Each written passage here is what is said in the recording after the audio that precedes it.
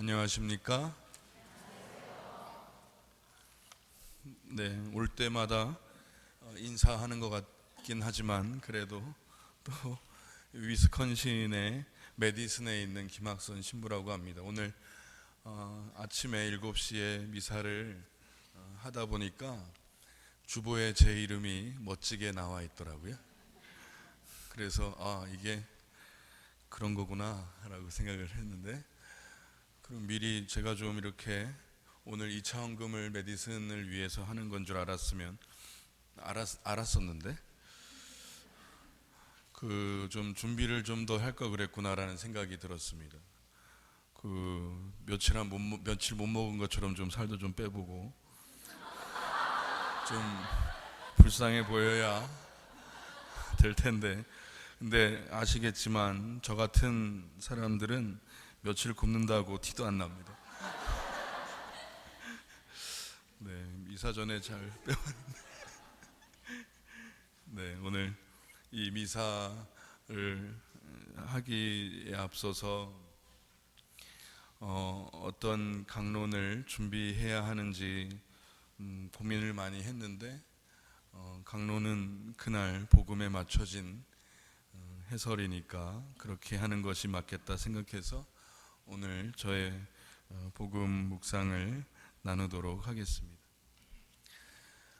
마리아와 마르타의 이 이야기는 우리 신자분들은 많이 접했던 그런 유명한 이야기입니다. 그래서 우리는 그동안 마르타의 그 분주한 일상만큼 마리아의 말씀에 머무는 삶 역시 그만큼 중요하다는 사실을 이 복음을 통해서 누차례 들어왔습니다.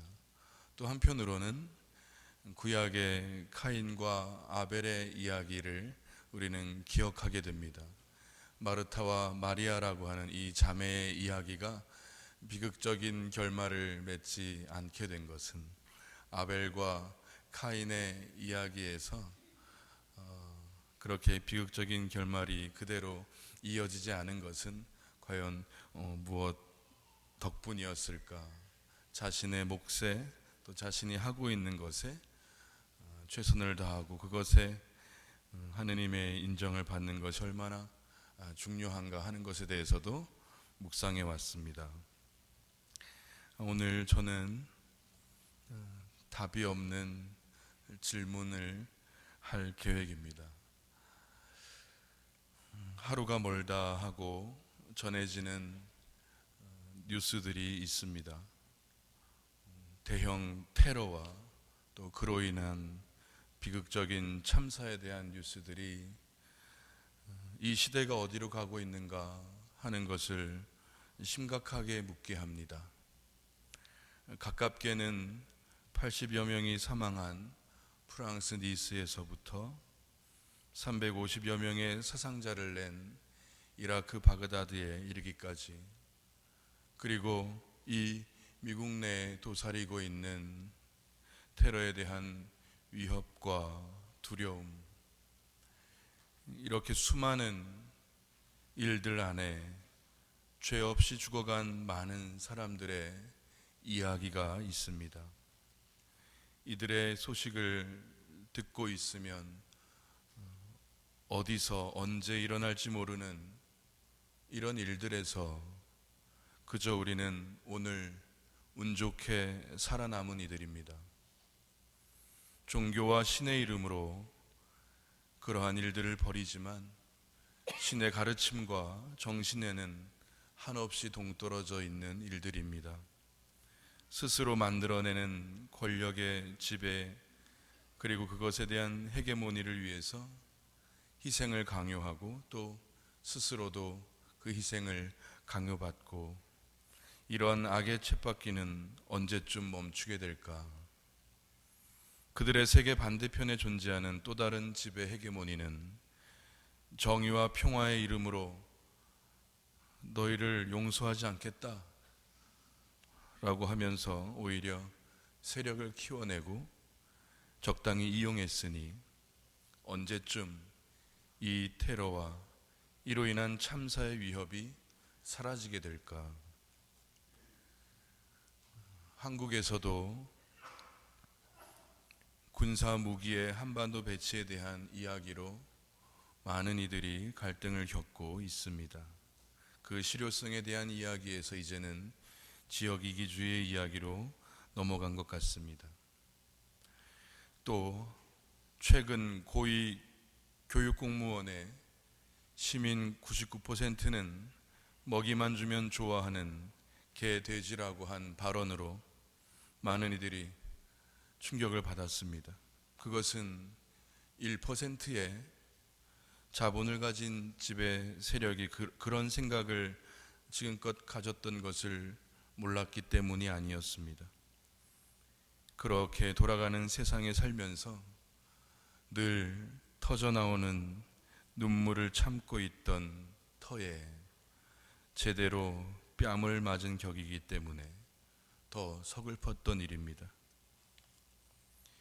프란치스코 교황님께서는 지금 이 세계를 산발적인 3차 세계대전 중이라고 이야기하셨습니다. 또 동시에 오늘 우리의 이 시간을 자비의 해라고 선포하셨습니다. 우리는 아이러니하게도 이 두 시간에 맞닿아 있습니다.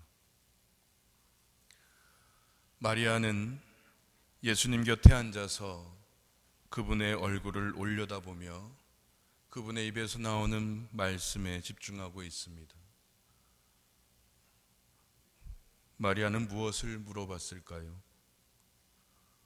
오늘 마리아는 저에게 그리고 우리에게 묻습니다. 넌 무엇을 물어볼 테냐? 넌 무엇을 물어보고 싶으냐? 대답해 주어야 내가 살아갈 수 있겠다 싶은 그 질문이 무엇이냐? 이 시대가 겪는 불의한 아픔에 대해 묻고 싶습니다. 죄 없는 어린 자녀들이 겪어내고 있는 고통에 대해 질문하고 싶습니다. 불의한 죽음에 대한 그 의미를 묻고 싶습니다. 이분의 입을 바라보고 있을 수 있는 이 시간, 꼭 물어보고 싶었던 게 있었습니다. 당신은 누구시냐고. 우리는 정말 이 세상에서 당신을 만날 수 있는 거냐고. 우리는 늘 서로에게 물어왔습니다. 이 세상의 참혹함을 어떻게 이해해야 하냐고. 그리고 교회에 물었습니다. 서로 다른 예수, 서로 다른 믿음과 신념이 한 하느님 안에 어떻게 가능하냐고. 내 아버지에게 물었고 내 형제에게 물었습니다. 자식을 잃고 동생을 잃고 슬퍼하는 이를 보고 어떻게 해야 하냐고. 질문하고 바라봅니다. 바라보고 바라봅니다. 이 불의함에 대해 묻습니다. 이 질문 자체가 당신입니까? 세상의 참혹함에 눈물 흘리고 하느님의 이름으로 자행되는 폭행이 가능한 거냐고 묻던 예수. 자식을 잃고 동생을 잃고 슬퍼하는 이들 곁을 지켜주던 이가 당신이냐고. 우리의 유한함과 멸절성은 하느님 앞에 우리의 모습을 더 작게 합니다. 에노쉬라고 합니다.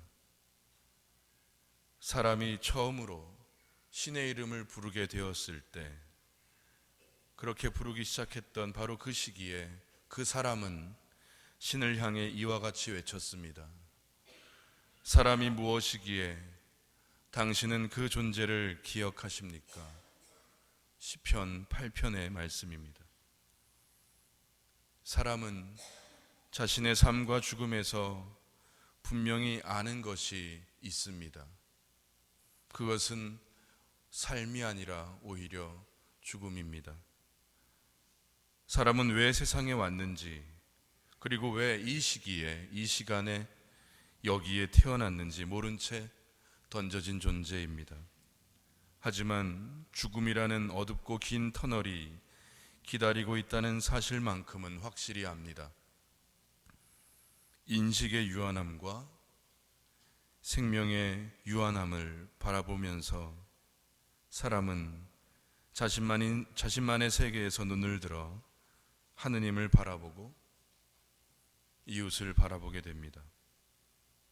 우리의 일상은 그분에게서 따로 떨어져 존재하지 않습니다. 오늘은 농민주일입니다. 우리의 일상도 수확을 마친 볕단처럼 켜켜이 쌓여 주님 앞에 놓아질 것입니다.